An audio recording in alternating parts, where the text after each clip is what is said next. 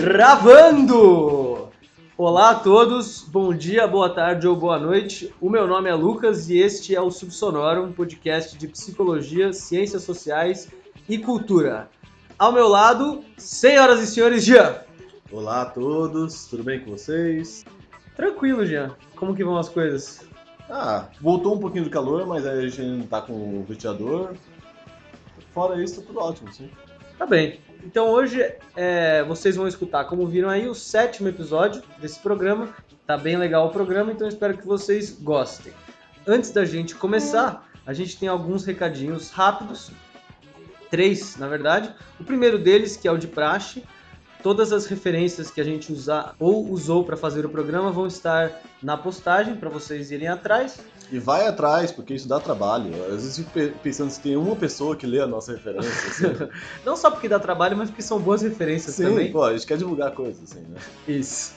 Outra coisa também que aconteceu foi que no dia 31 de março, nós estamos gravando esse programa dia 4, no dia 31 de março foi um marco de 55 anos do golpe militar no Brasil, de 1964. Nós fizemos um tweet lá no nosso Twitter sobre isso e, de todo jeito, fica como recomendação nosso primeiro episódio, no qual a gente falou um pouco sobre a violência que o governo militar exerceu não só contra os seus opositores políticos, mas também contra populações minoritárias. No nosso caso, a gente falou do exemplo dos índios Krenak. Além disso, fica recomendado também, vai estar nas referências, um vídeo do canal Nerdologia, do programa Nerdologia de História, que é apresentado pelo Felipe Figueiredo, do Xadrez Verbal, e é um vídeo sobre a diferença entre golpe e revolução. É interessante porque ele trabalha conceitualmente essa diferença na historiografia, e são vídeos muito curtos e didáticos, assim, vale a pena, aliás, seguir esse canal inteiro, assim, tem muita coisa legal aí. Por último, antes de começar o episódio, a gente tem uma novidade que a partir deste programa, quem nos acompanhar no YouTube vai poder escolher também escutar a gente nos blocos que a gente deixa separado pelas vinhetas de música, no programa corrido. Então a gente vai, além de postar o episódio completo, com, sei lá, 1 hora e 20, 5 horas, quanto for, a gente vai separar os blocos também e postar em vídeos diferentes. Tá bom? Espero que assim fique tranquilo também para quem não está acostumado a escutar podcast no Castbox, no SoundCloud, quem nos acompanha mais pelo YouTube. Bom, então vamos lá pro programa?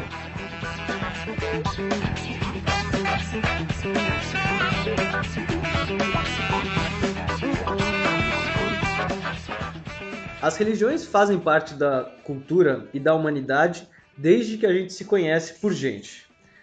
Muitos chegaram a dizer por conta disso que o contato com uma dimensão divina, transcendente, espiritual, chame como você quiser, faz parte até da natureza humana. Desde as civilizações do que a gente chama de tempo das cavernas, hoje em dia, já havia sinais de que eles tentavam se comunicar com uma outra dimensão da vida, que não fosse só a da realidade material. E, naturalmente, hoje em dia também isso continua. No entanto, ao longo da história, não é, Jean? A religião, que nem a gente disse no episódio passado sobre os detetives, ela foi deixada um pouco de lado porque a ciência assumiu o lugar mais importante da explicação do mundo. Exatamente. Eu usaria o termo de hegemonia para descrever o que aconteceu. Assim. A religião ela era hegemônica nos modos de pensar anteriores à modernidade e passou a ser não hegemônica, ou perdeu a hegemonia para o discurso iluminista e racionalista, assim, um discurso que acabou não precisando de Deus para os argumentos.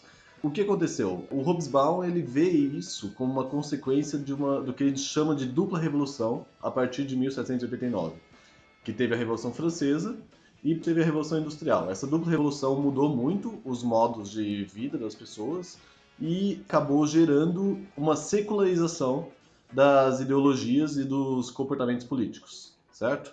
Um caso que ele acaba descrevendo, que é bem ilustrativo disso, foi quando Napoleão perguntou para o Laplace onde que na mecânica celeste dele se encaixava Deus. E o Laplace respondeu, senhor, não tem necessidade para tal hipótese.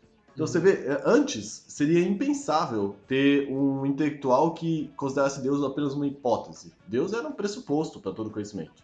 A partir de então, Deus passa a ser, digamos que, se não excluído totalmente, colocado como periférico em relação à linha argumentativa. Então, o que aconteceu? Não é que a religião tenha deixado de ser comum. Na verdade, é um fenômeno de massa até hoje, né? A gente vai falar mais sobre isso.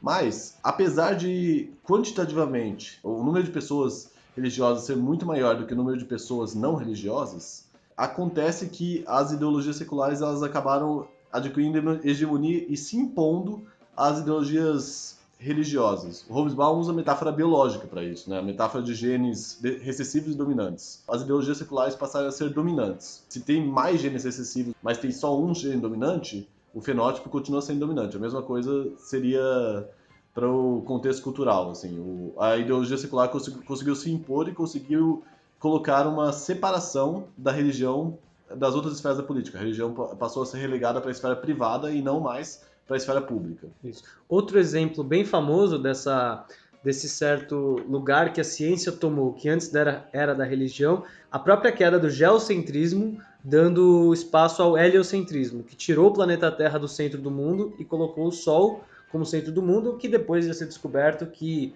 estava longe de ser, né? Porque ainda estava na galáxia e tal. Mas isso foi um grande impacto para um discurso da Igreja Católica, principalmente, que considerava que a Terra era o centro do universo e que todo o universo girava em torno dela. De todo jeito, é outro exemplo para mostrar como tem essa troca no poder de explicar o mundo, da religião para a ciência. Mas como o Jean disse antes, a religião não só a religião e as religiões, afinal de contas, são muitas as formas de você se relacionar com o transcendente, de você se relacionar com o que é divino, com o que é desconhecido, com o que não é material. As religiões, elas ainda são muito importantes na vida das pessoas hoje em dia, no século XXI. Para vocês terem uma ideia, no último censo do IBGE sobre isso no Brasil, 90% dos brasileiros declararam que tem alguma religião.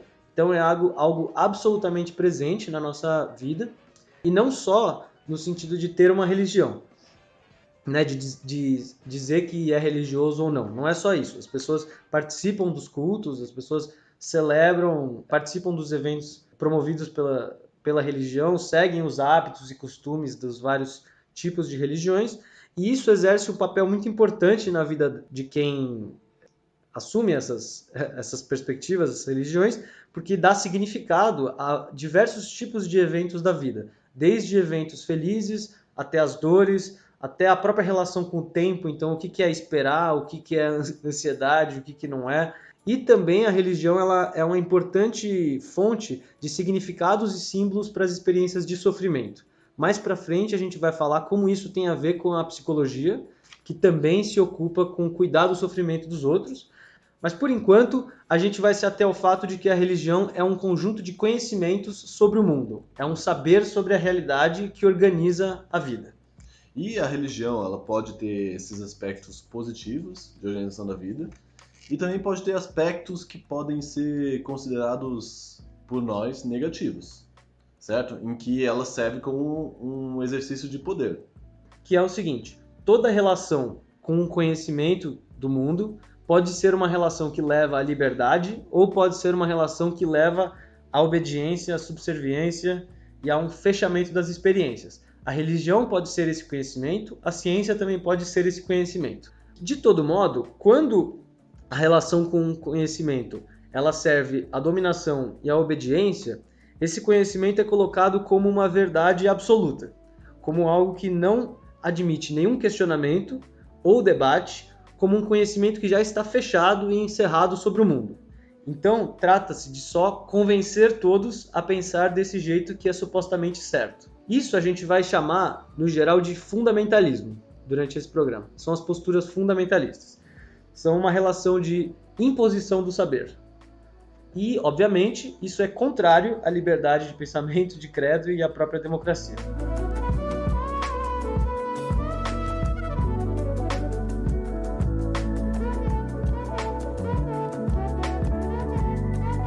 Vamos começar falando um pouco sobre como, ao longo da história do mundo, houve momentos em que situações de violência foram justificadas com saberes religiosos. Primeiro, a gente tem que ampliar o conceito de violência, né? Violência não é só a violência física. Embora a violência física tenha existido, não se trata só disso. Violência é toda forma de coação moral, é toda forma de você negar o saber e a experiência do outro e tentar adequá-lo, de certo modo, à força, mas também simbolicamente, aos seus valores. Assim. Você negar os valores do outro e forçá-lo, de algum jeito, a abandoná-los. Qual que foi a primeira... Bem, não vou falar a primeira, mas na nossa história, no Brasil, um ato por excelência de violência simbólica que foi exercido pela religião se tratou da atuação dos jesuítas durante o período de colonização. Então, primeiro chegaram os colonizadores, tiveram até um contato razoavelmente positivo com os nativos daqui, voltaram, a coroa foi lá, viu que aqui tinha riquezas naturais a serem exploradas, e esse contato inicialmente positivo passou a assumir a forma de um genocídio. Passou a se dar pela violência contra os indígenas. Visando a exploração das matérias-primas daqui. Sim, com certeza. E os jesuítas agiram paralelamente a isso. Dá pra gente não colocar como algo relevante, por enquanto, a intenção deles. Porque é possível que eles tenham tido uma boa intenção de querer salvar as almas dos nativos, de querer espalhar a palavra de Deus, de querer ajudá-los. Isso vai ser uma tônica de um modo como a violência simbólica religiosa age. Ela pode agir com uma espécie de boa intenção ou com uma aparência de ajuda, mas ela gera consequências um pouquinho piores. Quais consequências essa atuação da igreja com relação aos nativos gerou? Ela gerou uma falta de contato ou uma erosão da cultura local e uma maior adesão aos termos culturais da coroa portuguesa. E, portanto, facilitou a dominação dos colonizadores em relação aos indígenas. É interessante, inclusive, ressaltar que a estratégia com que se deu esse processo de... Alguns chamam de aculturação e alguns são críticos em relação a essa expressão, porque ela dá a tônica de que os nativos teriam sido passivos em relação a esse processo, enquanto na verdade houve e há resistência até hoje, porque o processo de genocídio indígena continua até hoje, mas outros podem usar então a expressão etnocídio para falar disso, né? Quais foram as estratégias para isso?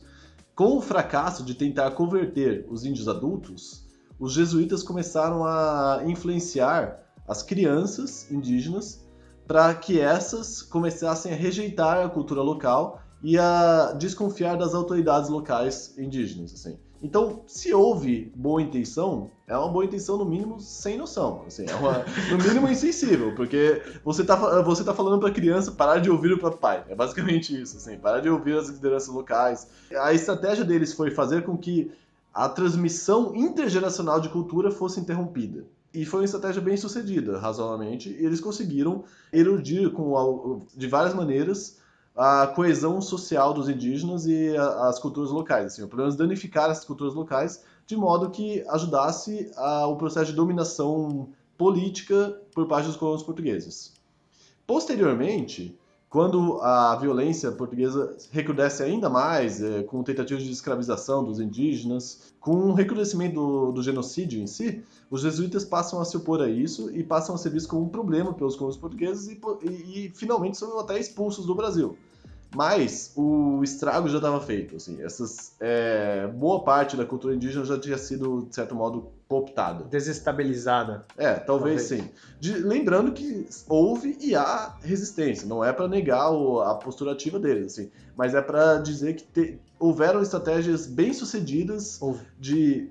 Houve? Não existe houveram. Não mesmo? Não. Tá. Então, houve estratégias bem-sucedidas de dominação nesse ponto. Cooptação política das populações. Isso. Por meio da religião.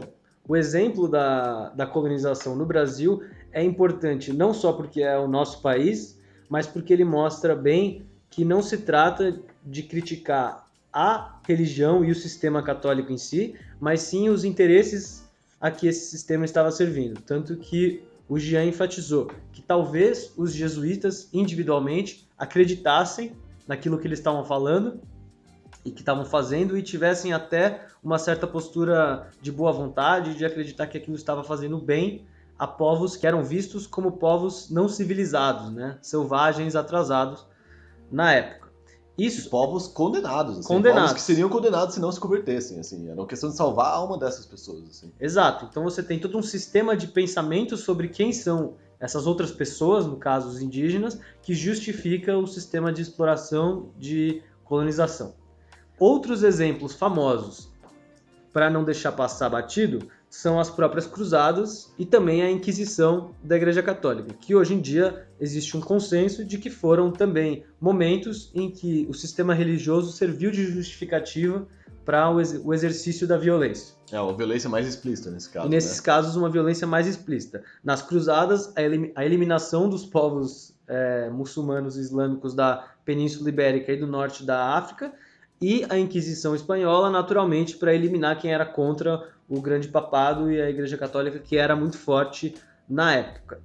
Bem, voltando um pouco para o Brasil, quando a República foi proclamada, ela ainda tinha uma religião oficial, que era a religião católica. Isso fazia com que todas as religiões dissidentes dessa religião oficial fossem criminalizadas e consideradas ilegais. Portanto, na realidade, isso significava que as religiões, sobretudo as de matriz africana, eram perseguidas e criminalizadas legalmente pelas forças do Estado brasileiro. Foi só depois que o Estado brasileiro se tornou um Estado laico, como ele é ainda hoje, baseado na Constituição de 88. Vou só te interromper rapidinho para fazer um alto jabá, que é do nosso programa, episódio número 5, sobre o sistema carcerário, no qual a gente menciona isso como uma das formas com que a população negra foi criminalizada no Brasil. Só... Isso.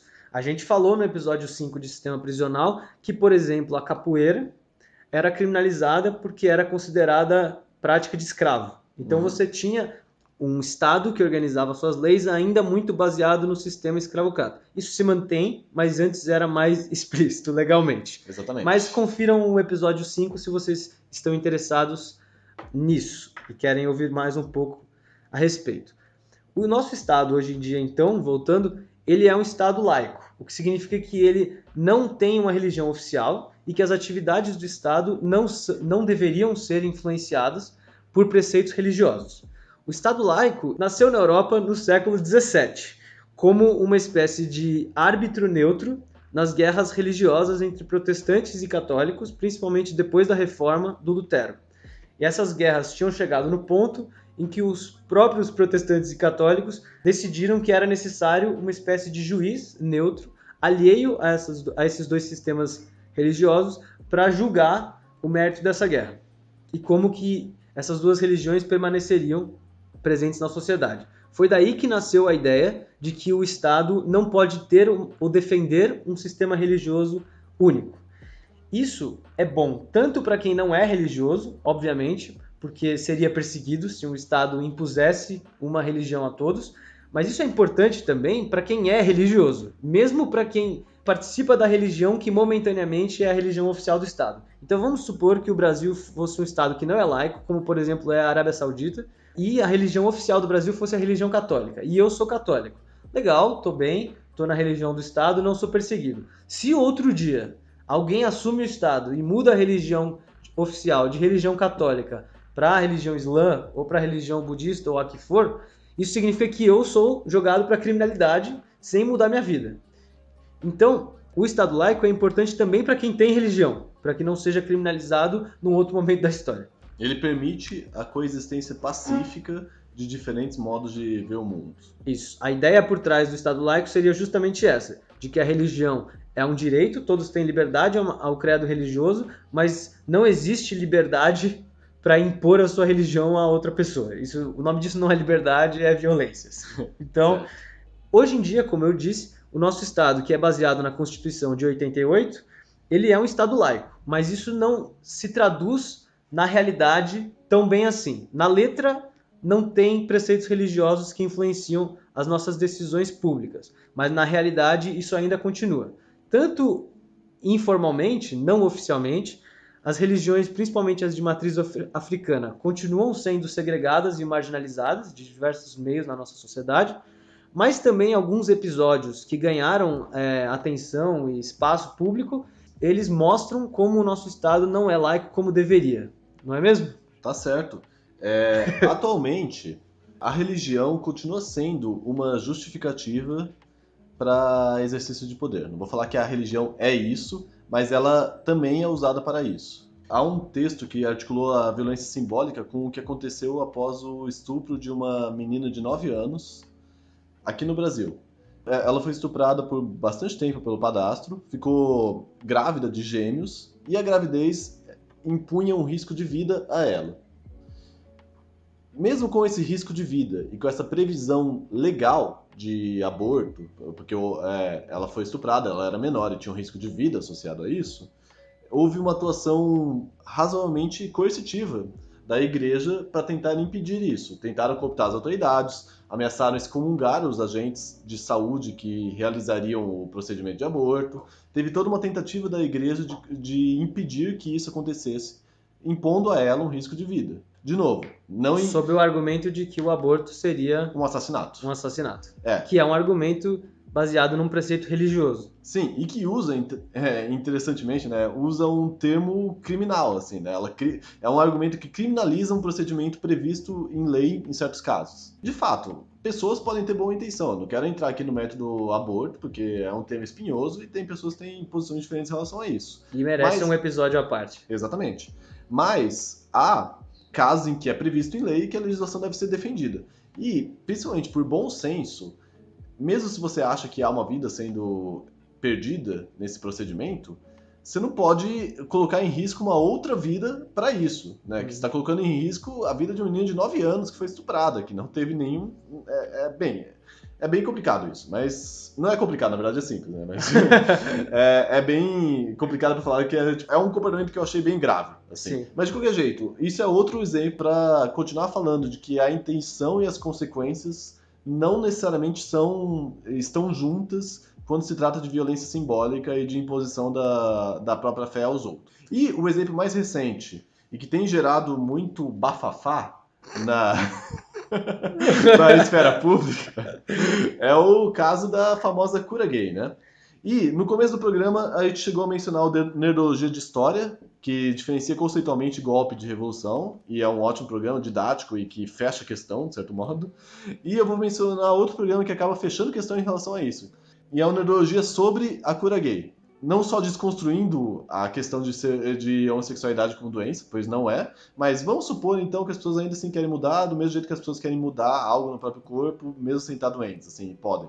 Pega, então, uma revisão sistemática feita em 2008, que pega todos os estudos que ocorreram nos 52 anos anteriores, agrega os resultados e os compara, e chega à conclusão que, olha só, a cura gay não muda a orientação sexual das pessoas, e não só isso, como gera, em muitos casos, depressão profunda e tentativas bem ou mal sucedidas de suicídio. Então, de certo modo, acaba fechando a questão também nisso. A referência da revisão sistemática vai estar na postagem. Só para ser mais didático, revisão sistemática é um tipo de estudo que agrega outros estudos com critérios objetivos. É uma evidência muito mais consolidada e forte do que estudos de caso ou evidências anedóticas, que geralmente são as que são usadas para defender a cura gay. E também o vídeo também vai estar na postagem, que é um vídeo bem didático, assim, tá? É a recomendação.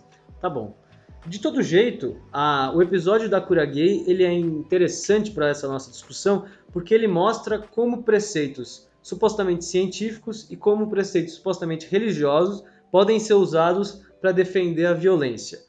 Além disso que você falou que é totalmente pertinente, eu vou dar uma contextualizada bem rápido na situação dessa questão para que a gente possa avançar na nossa discussão. No ano de 99, portanto há 20 anos atrás, o CFP, que é o Conselho Federal de Psicologia, lançou uma resolução, que é a Resolução 1 de 99, foi a primeira resolução deste ano, que orienta o trabalho dos psicólogos em relação à orientação sexual das pessoas que eles atendem e ou cuidam, digamos assim. E o psicólogo não deve, expressamente proibido, induzir qualquer orientação sexual a alguém. Isso, obviamente, foi um ganho para a categoria, porque conseguiu inserir a psicologia nesse debate que tira a homossexualidade do lugar de doença. E tem uma curiosidade triste, porém importante a esse respeito, que a homossexualidade não é doença há 40 anos. Que significa que há 50 anos atrás, homossexualidade era considerada uma doença. Que bom que a gente já já pelo menos no texto não a considera mais, né? Embora na prática ainda exista muito preconceito a respeito. Tem aquele filme que foi estrelado pelo Benedict Cumberbatch sobre qual que era o nome? O Jogo da Imitação? Eu não lembro o nome. Era era um matemático que conseguiu desvendar a criptografia lá de um aparelho alemão e conseguiu com isso evitar muitas mortes na Segunda Guerra Mundial. E posteriormente ele foi criminalizado na Inglaterra por ser homossexual e foi condenado a certas terapias de reorientação e terminou com um suicídio, isso aí, né? Então, mas bem, fica aí também essa... A gente vai deixar esse filme na parte das dicas culturais. Não, é só que eu lembrei dele agora. Não, é uma boa memória. Enfim, diante dessa resolução que foi criada pelo CFP, houve um movimento de psicólogos que tentaram derrubar essa resolução, supostamente, e apoiados em 2 argumentos. Em parte em argumentos religiosos e apoiados por grupos religiosos que condenam ainda a homossexualidade como uma orientação sexual equivocada ou como doença, ou seja lá o que for. E, em outra parte, eles se sustentavam também com o argumento de que existe um suposto transtorno chamado egodistonia ligado à homossexualidade. Isso significa, teoricamente, esse conceito indicaria aqueles casos nos quais as pessoas se percebem como homossexuais, mas não estão satisfeitas com essa orientação sexual.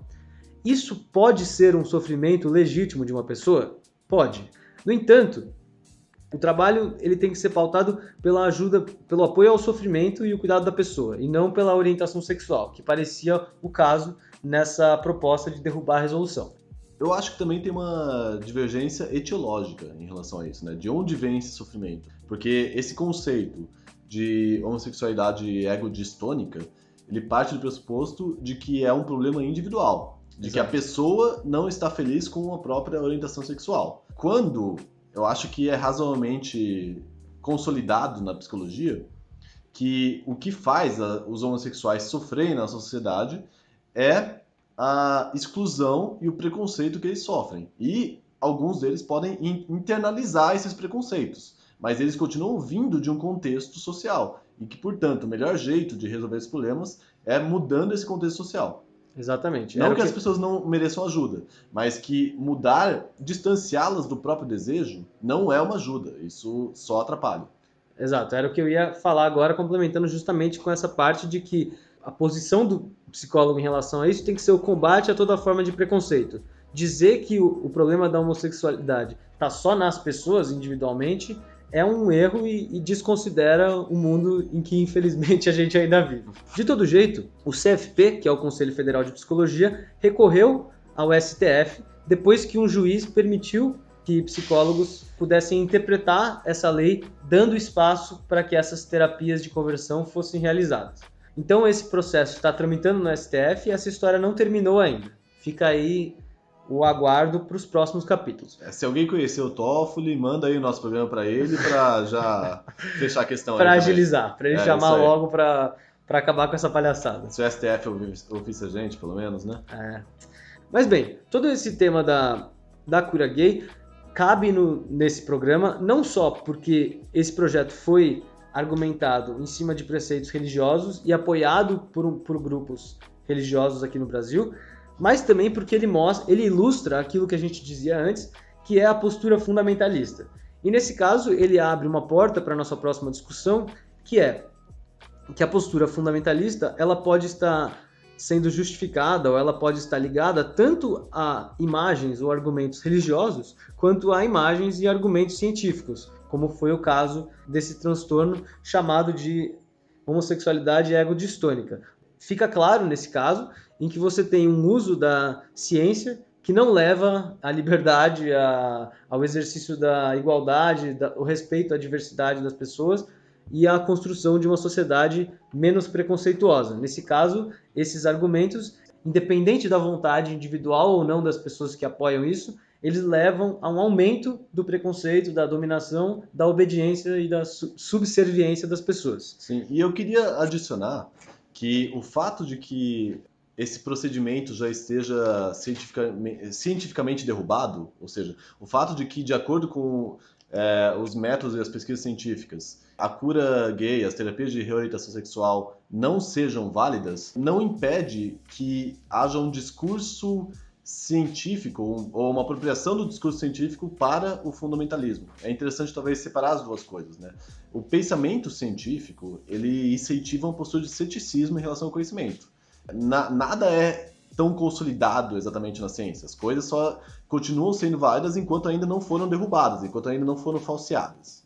Mas isso não... A questão do que a gente está falando é mais a essência como instituição. Ou seja, um uso que se faz da ciência para negar o saber daqueles que não são especialistas. Então, acaba sendo um uso que se faz da ciência para fortalecer uma postura dogmática, uma postura de confiança cega em relação a certos conhecimentos, nesse caso respaldados por especialistas. Se os cientistas eles são contra isso ou não, alguns são contra. Eu acho que tem muita gente na comunidade científica se sente razoavelmente confortável com esse uso que se faz da ciência para estabelecer relações de poder. Mas é importante ainda separar esse uso e separar essa instituição, essa relação de poder, do que seria o pensamento científico. Isso, o pensamento científico estaria muito mais aberto ao diálogo, à contestação e ao questionamento do que a postura dogmática que às vezes é assumida usando um vocabulário científico, digamos assim. É por isso que nós insistimos desde o começo desse programa que, mesmo que historicamente a religião tenha deixado de ser o saber hegemônico e dado lugar à ciência, isso não significa que o fundamentalismo acabou, porque ele também pode estar apoiado em ideias científicas. Acho que dá pra gente pensar aqui que a culpa pelo fundamentalismo não é só da religião, assim como não é só da ciência, e que, na verdade, o fundamentalismo ele é razoavelmente independente do conteúdo ao qual ele está ligado. Isso. Nós dissemos mais cedo, só rapidinho, que o fundamentalismo é uma relação com o conhecimento e não com o conteúdo do conhecimento. Exatamente. É uma forma de se relacionar com um saber, para dizer de um jeito bonitinho, sei lá. E é uma forma que exclui, que produz medo de discordância, é uma forma que exclui o questionamento, é uma forma que impede a criatividade, que seria o que movimenta o saber e o conhecimento.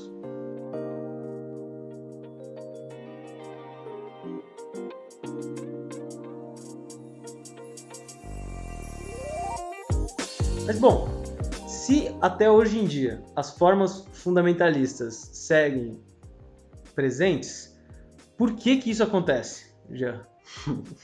Aí, né? Isso é um assunto razoavelmente espinhoso e a gente não vai fechar ele hoje, mas a gente vai chamar a atenção de alguns estudos que podem ajudar a gente a pensar isso, né? A gente tem duas referências aqui para falar disso. O Estrelas Descem à Terra, do Adorno, e o texto da Marianne Chauí, você lembra o nome? Fundamentalismo Religioso, alguma coisa, né? Eu acho. Vai estar na referência. Vai estar na referência. É o texto da Marianne Chauí. Vamos começar falando de quem? Pode falar da Chauí. Tá bom.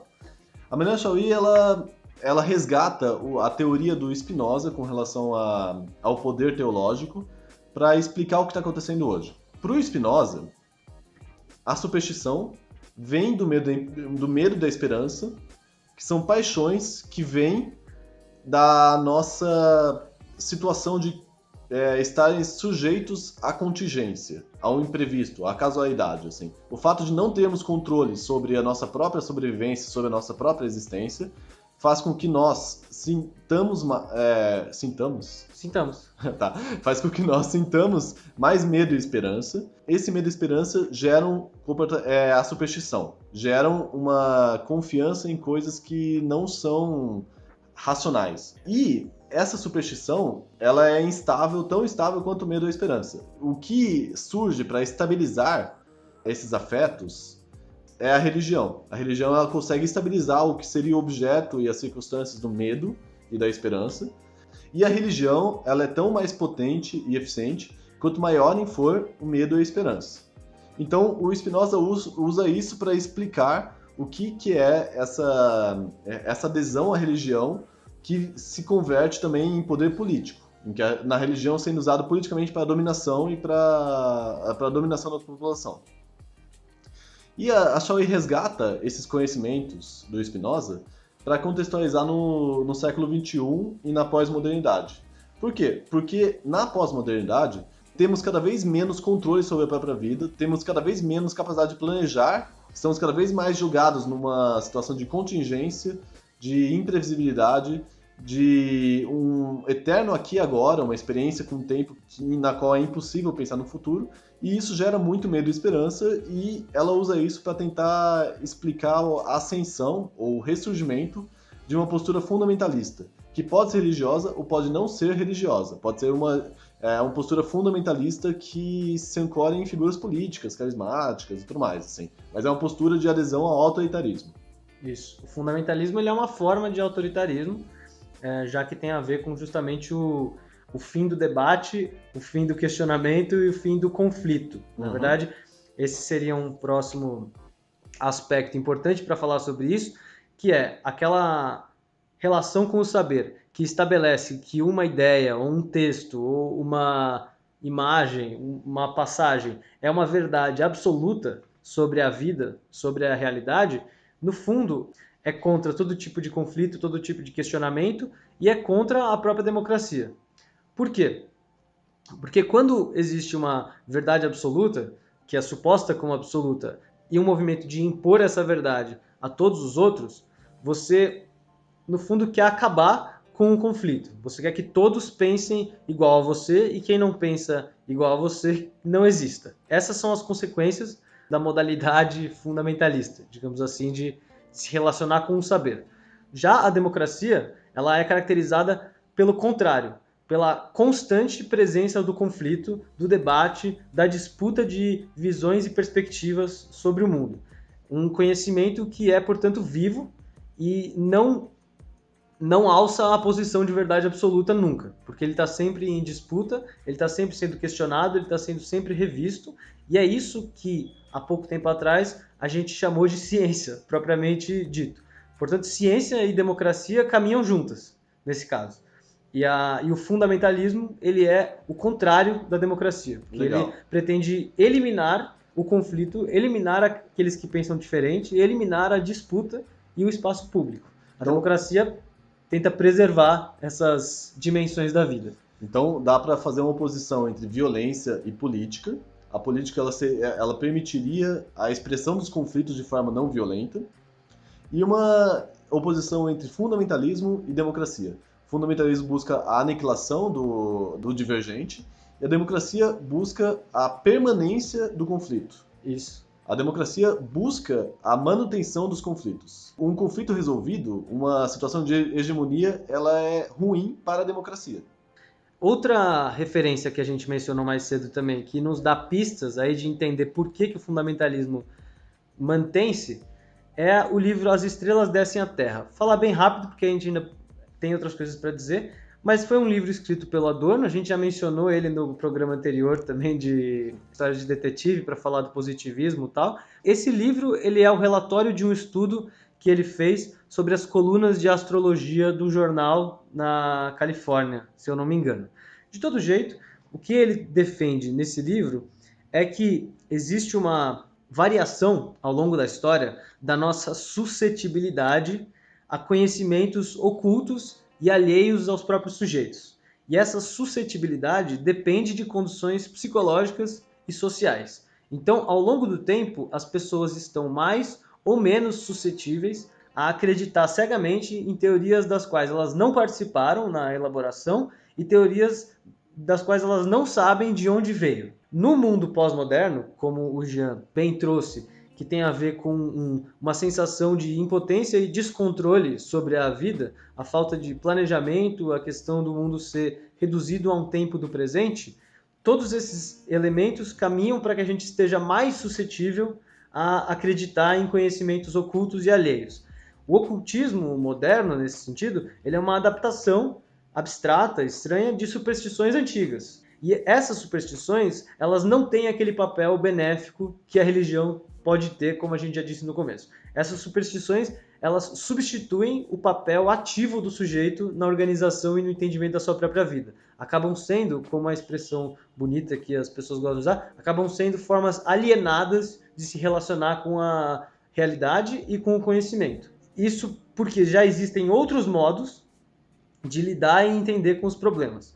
De todo jeito, as pessoas, segundo Adorno, só acreditavam na coluna de astrologia do jornal porque existem exigências e disposições que são irracionais, não tem a ver com pensamento, com razão e tal, mas que tem uma lógica que fazem com que as pessoas acreditem nisso.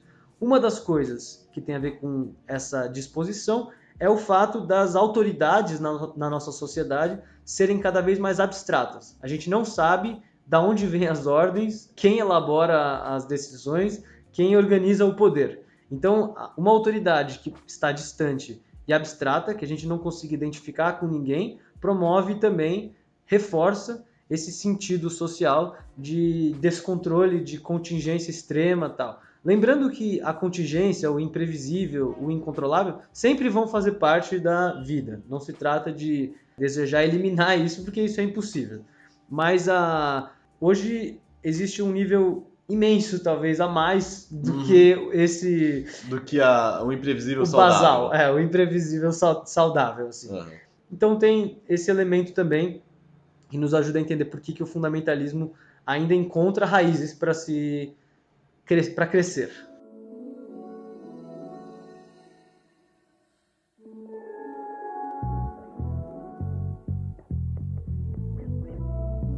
A gente tem já um bom programa, mas a gente não falou de psicologia ainda, olha só. E qual que é a nossa formação? Eu não sei. Psicólogo, né, cara? Sim. Veja só. A gente falou de mecanismos psicológicos que estão mobilizados nisso, mas a gente quer falar mais da postura da psicologia diretamente em relação às religiões agora. Exatamente. A psicologia como área do conhecimento, como área da ciência, ela também se interessou desde o começo, como por exemplo o William James, o Wundt, que são considerados aí os pais da psicologia. Eles já se interessavam pelos fenômenos da religiosidade, pelos fenômenos transcendentais e tal. Então, o interesse da psicologia como área de conhecimento pela religião é muito antigo. Talvez esteja aí na raiz do nosso campo, isso. Como foi esse interesse? Existem muitas perspectivas diferentes da psicologia em relação à religião. E a religiosidade, a transcendentalidade, o mundo espiritual. Desde posturas que condenam a religião como algo que seria fatalmente superado uma vez que as pessoas se libertassem. Um exemplo disso é o Freud, que considerava que a religião era como um sinal de imaturidade. E quanto mais maduro fosse uma pessoa, menos religiosa ela seria. A religião seria uma espécie de neurose, né? Uma espécie de expressão dos conflitos inconscientes e infantis. Assim, né? Isso, uma expressão imatura, né? Sim. Pouco elaborada. Então, Freud como um dos representantes desse lado. E também há outras pesquisas e perspectivas em psicologia que só dão continuidade a um certo conhecimento religioso do mundo. Isso para dizer que existe então houve essa variedade de aproximações da psicologia e da religião ao longo da história da nossa área de conhecimento. Hoje em dia, a situação é um pouco diferente porque existe um consenso de que a religião é um fenômeno humano, normal, e pode fazer parte da vida das pessoas sem isso implicar psicopatologia nem nada desse tipo. Isso significa que as pessoas podem ser religiosas e saudáveis e as pessoas podem ser ateias e agnósticas e também saudáveis. Também há uma ampliação do que seria essa noção de comportamento religioso, da experiência religiosa, que abarca conteúdos que não necessariamente são metafísicos ou transcendentais. Mas também há autores que ampliam a concepção de fé, comportamento de fé, a fé como sendo um aspecto normal da nossa vida, mas também amplia essa fé para não necessariamente incluir Deus ou incluir uma religião, podendo incluir qualquer coisa na qual a gente acredita. Qualquer postura em relação ao mistério, né? Uma postura humana em relação ao mistério, ao desconhecido, que pode incluir coisas transcendentes, mas também pode incluir fé em relação a mudanças políticas, fé em relação a coisas que são do mundo empírico também. Exatamente. Para falar um pouco sobre a atuação dos profissionais psicólogos, para colocar assim, vale começar dizendo que a psicologia e o Estado laico andam juntos. A psicologia é uma área de atuação que é baseada nos direitos humanos, que é essa declaração universal, laica, que, no entanto, que permite a expressão religiosa, mas que separa o Estado e a esfera pública de um preceito religioso específico, como a gente já disse. Então, a psicologia deve ser sempre laica, nunca se orientar por uma forma específica de religião ou outra, e ao mesmo tempo deve respeitar e até promover a diversidade de expressões culturais e religiosas humanas, o que inclui aí as diferentes formas de cultos, de relações com Deus, com o mundo espiritual, com o transcendental. Isso é algo mais importante ainda, porque a sociedade brasileira é uma sociedade marcada por um multiculturalismo, então a gente tem influências de muitas regiões diferentes do planeta e de momentos históricos diferentes. Basta pensar no quanto as diferentes culturas indígenas influenciam a nossa forma de viver o cotidiano e algumas religiões também, como também as religiões de matriz africana fazem parte da vida de muitas pessoas do Brasil, e como houve também ao longo do tempo um sincretismo enorme entre essas religiões e aquelas de origem católica, protestante, greco-romana, por aí vai. Então o Brasil tem essa característica multicultural, extremamente diversa, e que deve ser respeitada e promovida pelos psicólogos que trabalham com isso. O nosso trabalho como psicólogo, ele é organizado a partir de um código de ética que prevê que é proibido que o psicólogo induza a pessoa com quem que ele atende ou de quem ele está cuidando, com quem ele está trabalhando, é proibido que o psicólogo induza uma posição religiosa. É proibido impor um sistema religioso às pessoas que a gente atende. Na hora que a gente trabalha, a gente segue isso, não só porque é a lei, né, que a gente tem que seguir, mas porque essa regra faz sentido. A religião faz parte da construção da subjetividade das pessoas, não é mesmo? A relação humana que é mobilizada, se você tenta impor o seu modo de ver o mundo a outra pessoa, é uma relação de violência, não é uma relação terapêutica, não é uma relação de ajuda. Então, não só é uma questão que é proibido, mas também porque o trabalho não dá certo se você tenta impor o que você pensa a outra pessoa. Exatamente. O máximo que você consegue impondo a sua posição a outra pessoa é a obediência ou a resistência. Você nunca vai conseguir promover a liberdade, a igualdade e a democracia com base na violência. Digamos assim, na imposição de sistemas. O melhor dos cenários possíveis, como consequência, é a pessoa procurar outro psicólogo. Isso é um cenário otimista. Isso. Se você está sentindo que seu psicólogo está impondo um sistema religioso para você, primeiro converse com ele a respeito disso, e se você sentir que isso continua, você pode procurar outro profissional. Sim. Pode inclusive denunciar ele. Denunciar também pode ser uma boa forma de tentar mudar a situação. Outra coisa também curiosa é, o psicólogo pode ter uma religião? Pode, não tem nenhum problema de uma pessoa ser psicólogo e também ter uma religião, desde que ele consiga separar os seus preceitos e sistemas religiosos na hora do tratamento, que deve ser baseado só em métodos e técnicas que são reconhecidos pela área da psicologia como um todo.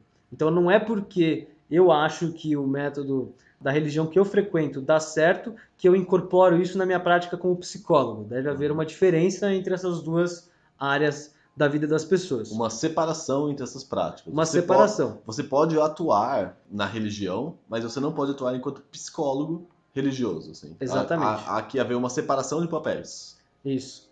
Finalmente, como a gente disse lá no começo, a religião é muito importante para muita gente porque ela dá sentido, dá lugar, dá organização, acolhe o sofrimento das pessoas que pode vir de vários lugares diferentes e de vários acontecimentos da vida diferentes. Naturalmente, a psicologia é uma área de atuação que nem a gente falou no segundo episódio do Admirável Mundo Novo, reconhece a importância do sofrimento, não porque as pessoas têm que sofrer a vida inteira, mas porque isso tem que ser acolhido, tem que ser ouvido e merece atenção. Naturalmente, então, se a religião cuida do sofrimento das pessoas, a gente trabalha complementarmente a isso. A gente não pode tirar os apoios que as pessoas têm na vida delas. Isso seria também violento da nossa parte. E há outro aspecto nas religiões que eu creio que torna elas muito produtoras de saúde, em alguns aspectos, que é a presença em um espaço comunitário e coletivo no qual há vínculos de solidariedade. Na nossa sociedade há cada vez menos isso, a gente está cada vez mais isolado e jogado em relações de competitividade, e alguns espaços religiosos conseguem se contrapor a essa tendência social. Outros não, outros usam essa presença coletiva para gerar uma relação de massas e uma relação de poder. Uhum. Mas a religião pode ser usada para os dois lados. Assim. Exatamente. O que importa no final é que as pessoas circulem por espaços que tornem elas mais autônomas, críticas, livres e não necessariamente ateias ou agnósticas, né? Eu posso dizer de experiência própria que eu já conheci ateu fundamentalista. Assim, o Testemunha de Darwin, né? Testemunhas de Darwin, como o pessoal costuma... O Porta dos Fundos. A Aposta dos Fundos fez um vídeo sobre isso? Sim. Tá, não sabia. Assim como já conheci pessoas extremamente religiosas, praticantes diárias de alguma religião, mas extremamente democráticas e abertas e respeitosas, muito livres e críticas. Então, a gente conclui, talvez, dizendo o que a gente já disse no começo, né?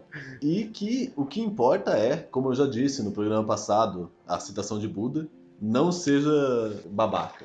Não seja babaca. Bom, eu tô satisfeito com essa discussão. E você? Eu tô. A gente já falou sobre isso várias vezes, assim, é impossível estar sempre satisfeito, mas essa discussão tá boa. Acho que a gente conseguiu, era a minha maior preocupação para essa gravação, a gente conseguiu falar de religião sem condenar nenhuma religião especificamente, mas também sem passar pano para os momentos em que violência foi feita em nome de algum sistema religioso. Eu acho que a gente foi bem sucedido nisso. Vamos ver, deem feedback. Isso. Mas, por enquanto, nós vamos para... Dicas culturais! Dicas culturais.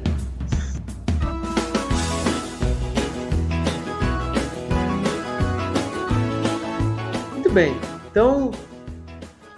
Diga lá. Eu começo? Não, eu comecei a última vez. Eu acho que sim, não sei. Tá bom. Então eu começo dessa vez. O problema da minha dica, de eu começar, é que a minha dica é uma dobradinha. Então eu tenho que falar as duas e depois você vai falar as suas. Então Pode deixa ser? eu tenho uma dobradinha e uma isolada. Vamos lá. Nossa, as pessoas já têm uma lição de casa pra fazer. Não, mas vai lá, fala isolada primeiro. Isolada primeiro? Tá bom. Bem, é um filme colombiano, tem no Netflix, chama O Suborno do Céu. Eu acho que eu já falei pra você desse filme, Lucas. Já.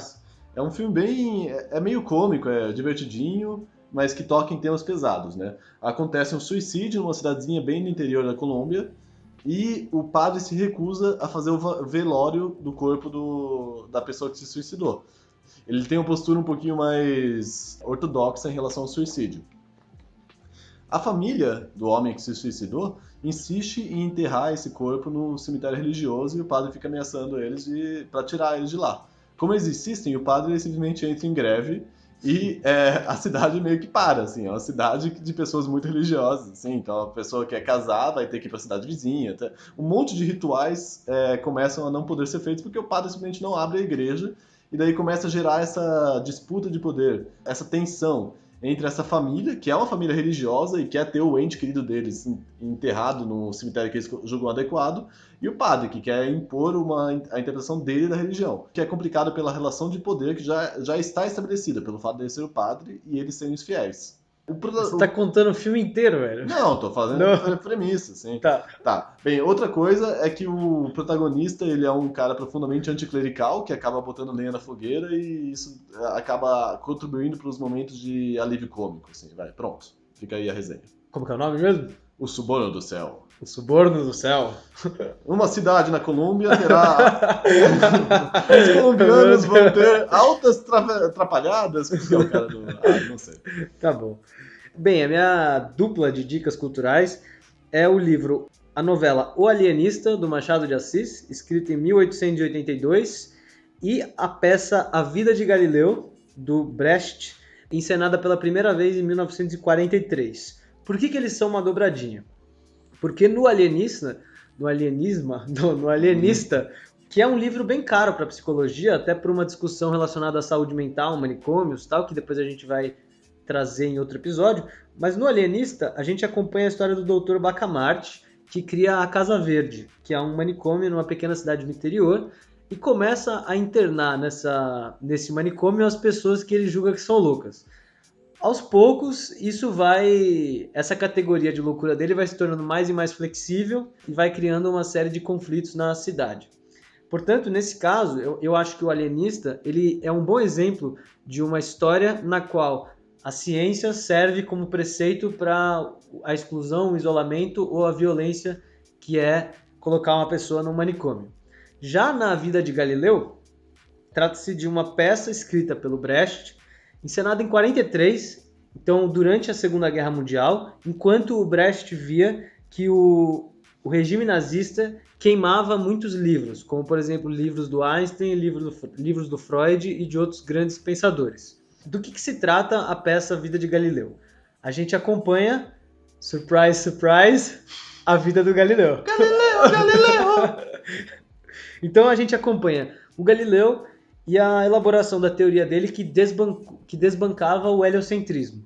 E os conflitos que essa teoria, como a gente já falou durante o episódio também, criaram com a Inquisição e a Igreja Católica. Até o ponto em que o Galileu é forçado, ou então pede-se que ele abjure da teoria dele. E ele com muita boa vontade, nenhuma coerção. Sem nenhuma coerção, exceto a pena de morte. Um pouquinho de tortura, eu acho. Né? Enfim, tem que lidar com essa situação. E nesse caso, a peça da Vida de Galileu conversa bastante sobre esse momento histórico no qual a violência é justificada por preceitos religiosos. Eu vi essa peça. Dobradinha. É boa, né? É boa. É engraçado que ela é meio que engraçada, assim, tem meio de um jeito meio melancólico, sensacional, assim. É meio agridoce, eu diria, né? Não sei. Então tá bom, ótimas dicas, Lucas. Eu vou só, então, mencionar a minha dobradinha, que a primeira parte dessa dobradinha é a série American Gods, que eu cheguei a recomendar pro Lucas, ele chegou a ver, não curtiu tanto assim, mas eu adoro. Que é uma série que acaba expondo uma tensão nos Estados Unidos entre deuses antigos e deuses atuais. Ou seja, a parte do pressuposto de que esses deuses, eles tiram a sua força da crença ou das pessoas em relação a eles, e há uma tensão entre deuses antigos, que seriam deuses da mitologia nórdica, deuses egípcios e tudo mais, e deuses da atualidade, assim, que representa a tecnologia, a mídia, a globalização e tudo mais. E é interessante, eu gosto bastante de como essa série explora isso. Ela é baseada no livro do Neil Gaiman. Eu não li esse livro, mas as outras coisas que eu li do Neil Gaiman eu curti muito. Então, se você não viu a série nem leu o livro, talvez valha a pena ler o livro. Eu não vou ler porque, bem, não tem mais motivação muito para ler por enquanto. Assim. Entendi. A próxima dica é um pouquinho mais roots, talvez, são os jogos... Não. São os jogos de RPG de mesa da série Mago. Nossa. Assim. Mas é por quê? Porque eu acho que tá relacionado, assim. RPG de mesa, se você já viu Stranger Things, você entende o que é só jogar... envolve interpretação de papéis, jogar dados e tudo mais. E esses livros, eles compõem um cenário no qual vai se transcorrer essa história que vai ser criada e vai ser interpretada pelos jogadores. Esse cenário é um cenário também de conflito entre magos que seriam tradicionais, que seriam magos aliados às forças das tradições, assim, magos que têm crenças mais tradicionais, mais metafísicas ou religiosas e tudo mais, e magos que seriam da ordem tecnocrata, que é chamado nesse livro. E é interessante que nesse cenário também há uma influência de como as pessoas veem o mundo, qual é a visão de mundo hegemônica para as mecânicas do jogo. No livro que trata da atualidade, os magos que estão aliados às crenças mais tradicionais, ou aos modos mais tradicionais de fazer magia, eles estão em desvantagem. Há consequências negativas quando eles fazem uma magia que contraria o esperado no mundo. Mas, no livro dessa mesma série, que tem como cenário o Renascimento, os magos que seriam esses magos que seriam da Ordem da Razão, que posteriormente vão ser chamados de tecnocratas, eles estão em desvantagem. Então é interessante como... Eu gosto dessa série desses livros, porque são cenários que questionam a primazia de uma verdade absoluta, porque há uma tensão entre diferentes modos de ver o mundo, e também porque mostram que a realidade é uma construção a partir de como nós concebemos a realidade. Assim. Então, acabam expressando esse potencial de que as nossas crenças, elas determinam também o mundo com o qual nós interagimos de certo modo. Assim. Eu acho bem da hora, assim, como exercício epistemológico. Legal, foi isso mesmo que eu pensei enquanto você falava essas dicas. Bom, então, Esperamos que vocês tenham gostado desse programa, acompanhado a nossa discussão. Acho que a gente falou sobre pontos fundamentais, mas não fundamentalistas, pun intended, assim. Não deixem de curtir e seguir a gente no Twitter. Já tem quase 10 seguidores. A gente já tem quase 10 seguidores, olha lá, hein?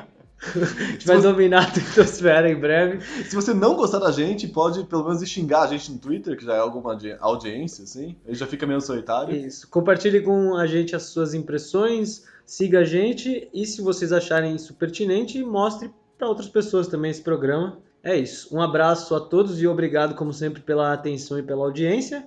A gente se vê daqui a 15 dias com um programa cultural. Beijão. Falou.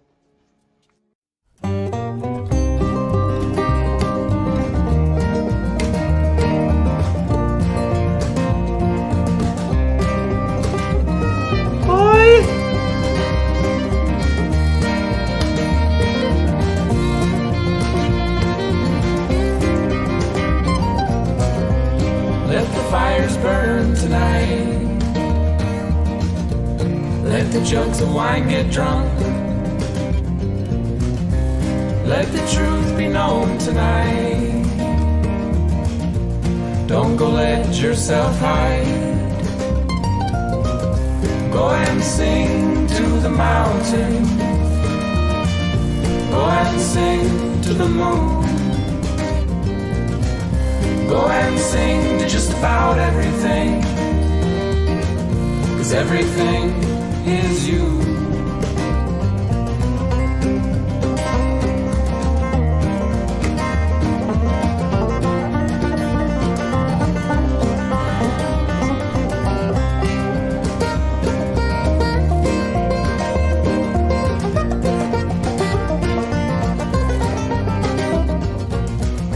Listen to the rhythm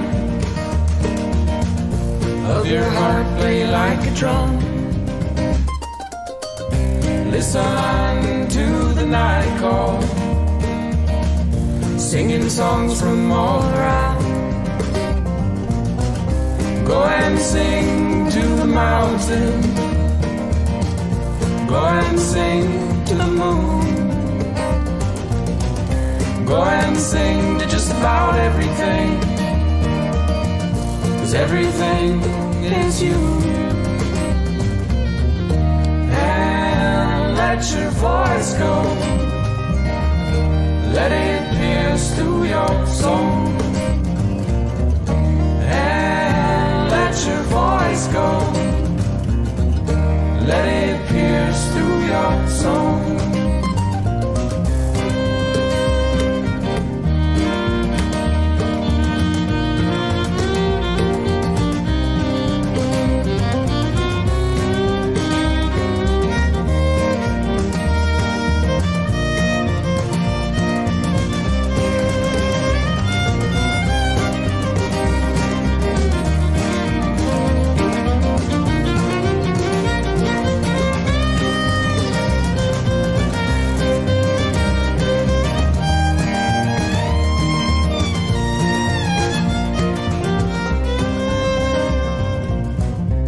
Let the fires burn tonight. Let the jugs of wine get drunk. Let the truth be known tonight. Don't go let yourself hide. Go and sing to the mountain. Go and sing to the moon. Go and sing to just about everything. 'Cause everything is